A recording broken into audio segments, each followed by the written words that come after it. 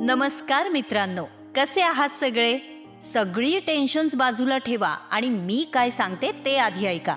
कधी कधी असं होतं की आपल्या मनात एखादी विशिष्ट व्यक्तीच सतत येत राहते. येता जाता त्याच व्यक्तीचा आपण वारंवार विचार करत राहतो. ती काय बोलली होती, ती काय करत असेल, आता कुठे असेल, बरोबर ना? मित्रांनो, असं होण्यामागे काही महत्त्वाची मानसिक आणि भावनिक कारणं आहेत. पहिलं कारण म्हणजे इमोशनल अटॅचमेंट.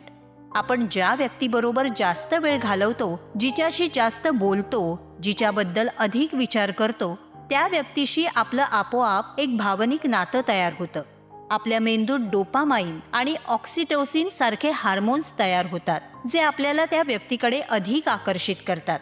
म्हणूनच ज्या व्यक्तीबरोबर जितका जास्त संपर्क, तितकी त्या व्यक्तीशी जास्त जवळी. पेरावे तसे उगवते या म्हणीनुसार आपण ज्या व्यक्तीवर, नात्यावर किंवा विचारांवर सतत लक्ष केंद्रित करतो, आपल्या भावना गुंतवतो, ते आपल्या आयुष्यात अधिक खोलवर रुजत जातात आणि नकळत आपण त्याच गोष्टींना आपल्या आयुष्याचं केंद्रस्थान बनवतो. दुसरं कारण म्हणजे अपूर्ण भावना. कधी कधी एखाद्या व्यक्तीसोबत आपले काही प्रश्न, भावना किंवा संवाद अपूर्ण राहतात. आपलं मन त्या गोष्टी पूर्ण करण्यासाठी पुन्हा पुन्हा त्या व्यक्तीकडे खेचलं जातं. मानसशास्त्रात याला झिगार्निक इफेक्ट असं म्हणतात.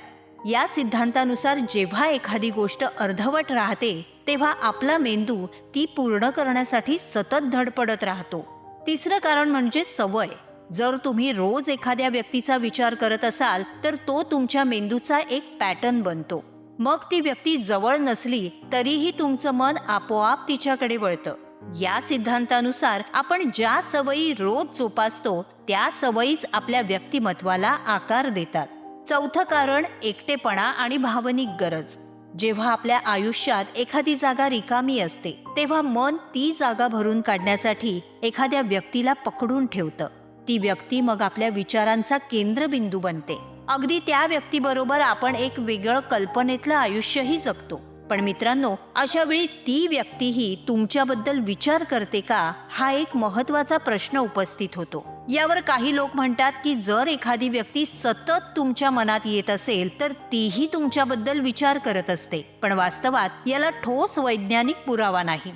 हे जास्त करून आपल्या भावनांमुळे आणि मेंदूच्या पॅटर्नमुळे घडतं. खरं काय आहे, आपण ज्या व्यक्तीचा जास्त विचार करतो, ती आपल्या मनात जास्त काळ राहते. मित्रांनो, आपलं मन खूप शक्तिशाली आहे. ते एका चुंबकासारखं काम करतं. एक सुंदर म्हण आहे, जशी दृष्टी तशी सृष्टी. जर आपण सकारात्मक विचार केला तर सकारात्मक अनुभव येतात आणि नकारात्मक विचार केला तर तणाव आणि चिंता वाढते. अशा वेळी उगाच चिंतेत आयुष्य काढण्यापेक्षा स्वतःला व्यस्त ठेवा. नवीन गोष्टी शिका, एखादा छंद जोपासा, स्वतःवर प्रेम करा, स्वतःची किंमत ओळखा, आपल्या विचारांवर नियंत्रण ठेवा. ध्यान म्हणजेच मेडिटेशन आणि श्वसनाचे व्यायाम करा. वास्तव स्वीकारा. प्रत्येक व्यक्ती आपल्या आयुष्यात कायम राहत नाही. कधी कधी गोष्टी सोडून द्यायला शिका. सोडून देणं म्हणजे हार नसते, तर स्वतःसाठी घेतलेला सर्वोत्तम निर्णय असतो. इथं एक लक्षात घ्या, तुमच्या मनावर, विचारांवर आणि भावनांवर तुमचंच नियंत्रण असतं. त्यामुळे ज्याच्यावर तुम्ही लक्ष केंद्रित करता, तेच तुमचं आयुष्य घडवतं. म्हणूनच चांगले सकारात्मक विचार करा, स्वतःला स्ट्रॉंग बनवा आणि पुढे जात राहा. व्हिडिओ आवडला असेल तर लाईक, शेअर करा आणि अशाच मोटिवेशनल माहितीसाठी चॅनलला सबस्क्राईब करा. पुन्हा लवकरच भेटू. धन्यवाद.